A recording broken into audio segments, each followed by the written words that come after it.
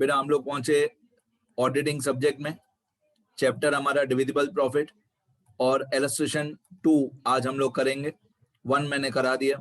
ये क्वेश्चन है, यहाँ पे लिखा है the position of a company, question में लिखा है the position of a company for last 4 years is as follows.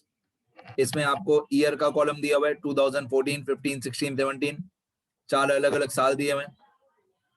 Profit और लॉस बिफोर डेप्रिसिएशन दिया हुआ है, -20,000 मतलब लॉस है, फिर 10,000 में प्लस मतलब प्रॉफिट है, 12,000 में प्लस मतलब प्रॉफिट है, 65,000 में प्लस मतलब प्रॉफिट है। फिर यहाँ पे लिखा है depreciation provided according to law. अब इस शब्दों को समझो, डेप्रिसिएशन प्रोवाइडेड, यहाँ पे बीच में एन नहीं आएगा, depreciation provided according to law. अब प्रोवाइडेड मतलब एक्चुअल डेप्रिसिएशन प्रोवाइडेड, प्रोवाइडेड मतलब एक्चुअल डेप्रिसिएशन प्रोवाइडेड, और as per law according to law मतलब यही एज पर लॉ है और यही प्रोवाइडेड है, मतलब यही एक्चुअल है, इतना ही हमने एक्चुअल में प्रोवाइड किया है और इतना ही एज पर लॉ प्रोवाइड करना चाहिए था। मतलब जैसे ये -11,000 है, यही एक्चुअल है और यही एज पर लॉ है। तो जो हमारा लेस में सेकंड नंबर पॉइंट होता है, लेस 2, वो होता है आउटस्टैंडिंग डेप्रिसिएशन या एरियाज ऑफ डेप्रिसिएशन। तो इस क्वेश्चन में कोई भी आउटस्टैंडिंग या एरियाज डेप्रिसिएशन नहीं होगा इस क्वेश्चन में, क्योंकि जितना एक्चुअल है 11,000 वही एज पर लॉ है, तो आउटस्टैंडिंग कितना बचा? 0। तो चारों साल में आउटस्टैंडिंग 0 होगा, क्योंकि यही प्रोवाइडेड है और यही एज पर लॉ है। फिर लास्ट एक कॉलम दिया हुआ है प्रॉफिट और लॉस आफ्टर डेप्रिसिएशन, प्रॉफिट और loss after providing for depreciation. मतलब जैसे मैं एग्जांपल बताऊं, पहले साल में 20,000 लॉस था और 11,000 और भी डेप्रिसिएशन का लॉस हुआ या एक्सपेंस हुआ, तो हमारा टोटल लॉस हो जाएगा 31,000। दूसरे साल में 10,000 प्रॉफिट था, उसमें 14,000 डेप्रिसिएशन का एक्सपेंस हुआ, तो बाकी हमारा लॉस बच जाएगा 4,000 रुपए लॉस, मतलब +10 -14, +10 -14, बाकी बचेगा -4। थर्ड ईयर में 12,000 प्रॉफिट था, उसमें 17,000 डेप्रिसिएशन प्रोवाइड किया, तो बाकी 5,000 लॉस बचा। फोर्थ ईयर में या लास्ट ईयर में 65,000 प्रॉफिट था, उसमें 20,000 डेप्रिसिएशन का एक्सपेंस हुआ, बाकी 45,000 प्रॉफिट बच गया, तो 65 - 20 बाकी 45। फिर लिखा हुआ find out the profit for year 2017 available for dividend. चलो, अब जो भी लास्ट ईयर होता है 2017, जो भी नीचे नीचे वाला साल होता है, आखिरी साल होता है, वो करंट ईयर होता है, और उसके ऊपर वाले जितने भी साल होते हैं वो प्रीवियस ईयर होते हैं। तो 2014, 15, 16 तीनों प्रीवियस ईयर होंगे और 2017 जो होगा वो करंट ईयर होगा। अब मैंने क्या किया है, मैंने पूरा क्वेश्चन फिर से लिख के रखा है। ये पूरा क्वेश्चन मैंने फिर से लिखा है। क्वेश्चन में ईयर, प्रॉफिट और loss before depreciation, depreciation provided मतलब एक्चुअल डेप्रिसिएशन प्रोवाइडेड, फिर डेप्रिसिएशन एज पर लॉ या एज पर एक्ट, फिर प्रॉफिट और लॉस आफ्टर डेप्रिसिएशन। ये पूरा क्वेश्चन मैंने ऊपर से कॉपी करके रखा है, सुनते रहना बातें सारी। ये ईयर, ये प्रॉफिट और लॉस बिफोर डेप्रिसिएशन, ये डेप्रिसिएशन एक्चुअल डेप्रिसिएशन प्रोवाइडेड, ये एज पर लॉ, और ये प्रॉफिट और लॉस आफ्टर डेप्रिसिएशन। ओके,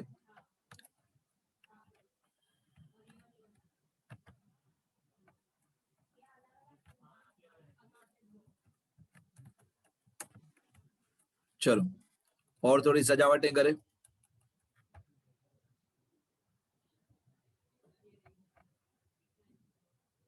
ये क्वेश्चन है पूरा हमारा, ठीक है। चलो, अब ये -20,000, 10,000, 12,000, 65,000, ये क्वेश्चन है पूरा। -20, 10, 12, 65, ये पूरा क्वेश्चन है। -20, 10, 12, 65। फिर डेप्रिसिएशन जो एक्चुअल है वही एज पर लॉ है, तो मैंने दो अलग अलग कॉलम कर दिए, 11, 14, 17, 20, 11, 14, 17, 20, और एज पर लॉ में भी 11, 14, 17, 20। मतलब इस क्वेश्चन में जो एक्चुअल डेप्रिसिएशन प्रोवाइडेड है वही एज पर लॉ है, तो मैंने दोनों अमाउंट्स सेम लिखी है, 11, 14, 17, 20, और यहाँ पे भी 11, 14, 17, 20, दोनों जगह पे मैंने सेम अमाउंट लिखी है। फिर इसको बोलते हैं एक्चुअल प्रॉफिट और loss after actual depreciation, after actual depreciation, इसको बोलते हैं एक्चुअल प्रॉफिट और लॉस आफ्टर एक्चुअल डेप्रिसिएशन। ये भी क्वेश्चन में दिया हुआ ही था, -31, -4, -5 और +45, -31, -4, -5 और +45, ये भी क्वेश्चन में दिया हुआ ही था, -31, -4, -5 और +45। मैंने जानबूझ के डेप्रिसिएशन में थे सब जगह से माइनस साइन हटा दी, क्योंकि बहुत ज्यादा माइनस साइन होती है तो कंफ्यूजन हो जाता है। हाँ, प्रॉफिट या लॉस में प्लस माइनस साइन है, ये पहले साल में माइनस है मतलब लॉस, बाकी तीनों साल में प्लस है मतलब प्रॉफिट। यहाँ पे पहले 3 साल में माइनस है मतलब लॉस, चौथे साल में प्लस है मतलब प्रॉफिट। डेप्रिसिएशन में माइनस साइन हटा दी मैंने। ठीक है, आगे बढ़ते हैं। अब हमारा main answer, statement showing the calculation of divisible profit, और you can say profit available for dividend, profit available for dividend,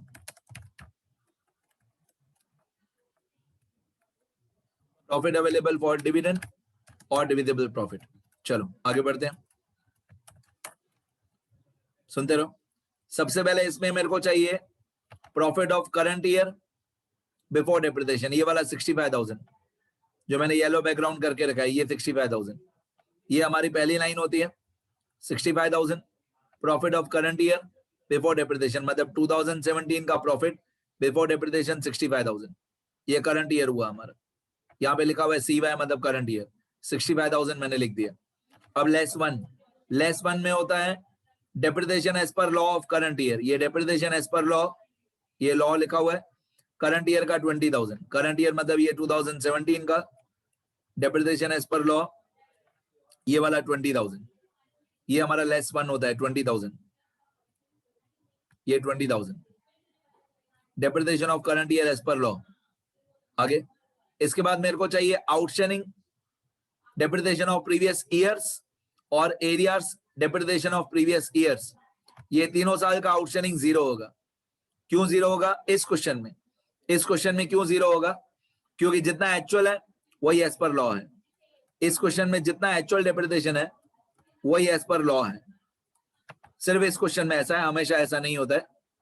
तो इस क्वेश्चन में चारों साल का 11, मतलब पहले वाले 3 साल का, 11, 14, 17, 11, 14, 17 जो एक्चुअल डेप्रिसिएशन है वही एज पर लॉ है, तो आउटस्टैंडिंग बचेगा 0। तो 11, 14, 17, 11, 14, 17, बाकी बचा आउटस्टैंडिंग 0, तो तीनों 0, 0, 0 का टोटल 0। चलो इसके बाद लेस 3 होता है एक्चुअल डेप्रिसिएशन और actual loss after actual depreciation of previous years whichever is less. तो प्रीवियस ईयर्स में हमारे पास 3 प्रीवियस ईयर है, 2014, 15, 16, 3 हमारे पास प्रीवियस ईयर्स हैं। इन तीनों साल का एक्चुअल डेप्रिसिएशन देखेंगे कितना है, actual loss after actual depreciation देखेंगे कितना है, और लोअर अमाउंट कितनी है। चलो क्वेश्चन में जाते हैं। ये एक्चुअल डेप्रिसिएशन है तीनों साल का, तीनों प्रीवियस ईयर का, 11, 14, 17 एक्चुअल डेप्रिसिएशन 11, 14, 17, पहले प्रीवियस ईयर ना, करंट ईयर नहीं, तीनों प्रीवियस ईयर 11, 14, 17 ये एक्चुअल डेप्रिसिएशन है, ये एक्चुअल डेप्रिसिएशन 11, 14, 17 हो गया। अब actual loss after actual depreciation, एक ये हो गया 11, 14, 17 लेस 3 में, और लेस 3 में एक ये -31, -4, -5 ये है एक्चुअल, ये -31, -4, -5 है एक्चुअल प्रॉफिट और लॉस आफ्टर एक्चुअल डेप्रिसिएशन। तो एक्चुअल डेप्रिसिएशन था 11, 14, 17 और actual loss after actual depreciation. देखो जो पहला कॉलम था वो बिफोर था और जो लास्ट वाला कॉलम है वो आफ्टर है, तो हमको आफ्टर वाला चाहिए। एक्चुअल प्रॉफिट और लॉस आफ्टर एक्चुअल डेप्रिसिएशन -31, -4, -5, -31, -4, -5 ये रहा, -31, -4, -5 मैंने उसमें से जानबूझ के माइनस साइन हटा दिए, नहीं तो क्या लोअर अमाउंट और हायर अमाउंट में कंफ्यूजन हो जाएगा। तो -31, -4, -5 तीनों में से मैंने माइनस साइन हटा दी।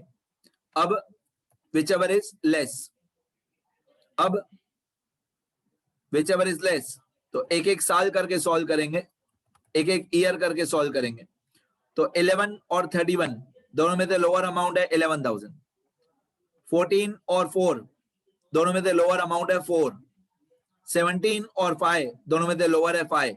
whichever is less, मैंने स्टार्टिंग में भी बताया था कंपलसरी नहीं है कि जो डेप्रिसिएशन है वही लोअर आएगा। कंपलसरी नहीं है कि जो डेप्रिसिएशन की अमाउंट होती है वही लोअर होती है। कभी कभी ये जो एक्चुअल लॉस है उसकी अमाउंट भी लोअर होती है। जैसे 11 और 31 में से 11 छोटा है, मतलब डेप्रिसिएशन छोटा है, लेकिन 14 और 4 में से 4,000 छोटा है, लॉस वाली अमाउंट छोटी है। फिर 17 और 5 में से क्या छोटा है? 5। अब 11 और 4 और 5 तीनों को ऐड कर देंगे, तीनों लोअर अमाउंट को ऐड कर देंगे, तो 11 और 4 और 5 20,000 होता है। ये रहा 20,000। तो लेस 1 2 3 देख लेते हैं। लेस 1 में है 20,000, ये लेस 1 में 20,000, लेस 2 में है 0 और लेस 3 में है 20,000। तो 20 और 0 और 20 कितना हुआ? 40,000। तो 20 और 0 और 20 40,000 हुआ। ये तीनों लेस का टोटल 40,000। अब पहली अमाउंट क्या थी? पहली अमाउंट थी ये वाली 65,000। पहली अमाउंट ये 65,000 थी, इसमें से तीनों लेस का टोटल था 40,000। वो 40,000 हम माइनस कर देंगे, तो 65,000 माइनस 40,000, 65 माइनस 40, बाकी बचा 25,000।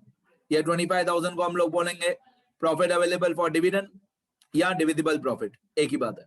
25,000 ये हमारा प्रॉफिट अवेलेबल फॉर डिविडेंड या डिविजिबल प्रॉफिट 25,000, ये हमारा फाइनल आंसर। ठीक है, कितना लिखेंगे सब लोग? ऐसे मैंने आपको बताया टेक्स्ट बुक में 4 ही इलस्ट्रेशन दिए हुए, मैंने 1 और 2 समझा दिया आपको, 3 और 4 भी इसके जैसे ही है। अगर आप ट्राई करो तो आपको आ जाएंगे, नहीं आएंगे तो मेरे को बताना।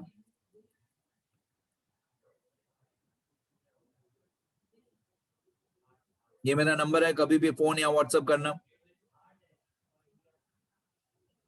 ये क्वेश्चन है, ये पूरा क्वेश्चन मैंने फिर से लिखा, मेरी हैबिट है। आपको ये क्वेश्चन फिर से लिखने की जरूरत नहीं है। क्वेश्चन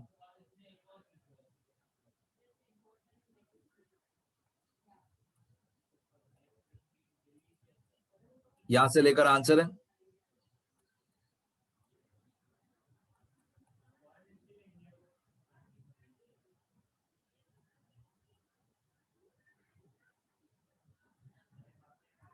ठीक है, यहां तक आंसर है, लिखो सब लोग, शुरू करो बेटा,